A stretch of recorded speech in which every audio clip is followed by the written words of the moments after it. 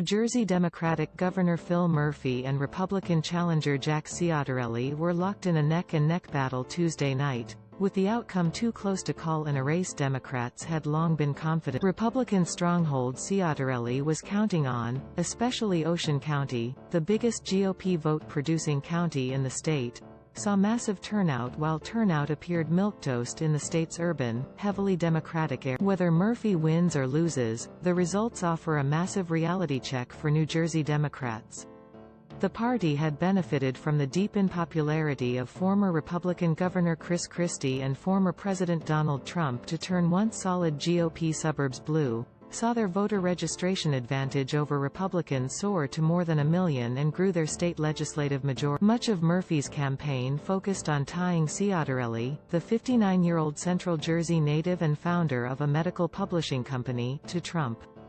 That attack appears to have lost its appeal. Murphy is a progressive whose popularity skyrocketed during the early days of the pandemic but retreated as COVID-19 faded from voters' minds and traditional concerns like taxes, education and the economy once again took precedence. Ciattarelli focused on those issues while avoiding campaigning with nationally famous Republicans.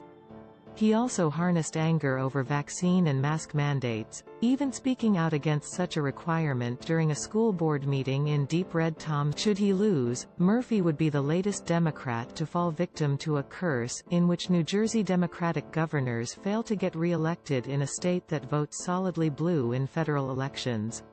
No Democrat has won re-election since Brendan Byrne in 1977, while 3 Republicans have, the latest being Ciattarelli's ads and campaign rhetoric frequently featured Murphy telling an audience that, if you're a one-issue voter and taxes are your issue, we're probably not your state.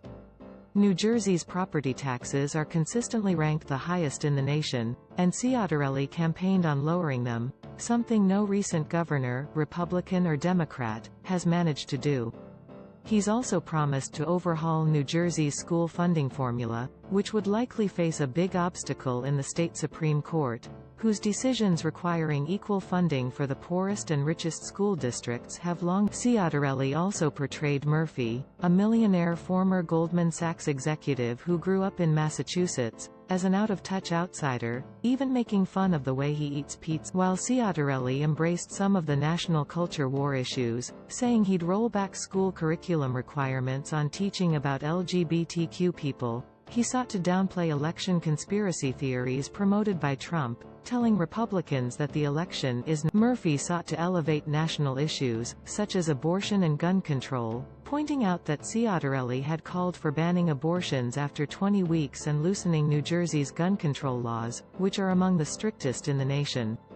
Murphy's allies, led by the New Jersey Education Association, the state's largest teachers' union, outspent Ciattarelli allies in independent spending. Though polls still showed Murphy leading late in the campaign, the gap had narrowed from the summer as President Joe Biden's popularity in New Jersey slipped 6 points into negative territory in a recent Monmouth University poll. Underneath the national issues, out-of-work New Jerseyans faced long waits for unemployment benefits during the pandemic due to a crush of applications and an outdated computer system. They also faced long wait times at motor vehicle offices, to the point where place saving in line became a cottage industry. State legislative Democrats, meanwhile, were also looking at the likelihood of their majorities shrinking. They currently hold 25 of 40 seats in the state Senate and 52 of 80 seats in the Assembly. But early returns showed them trailing in several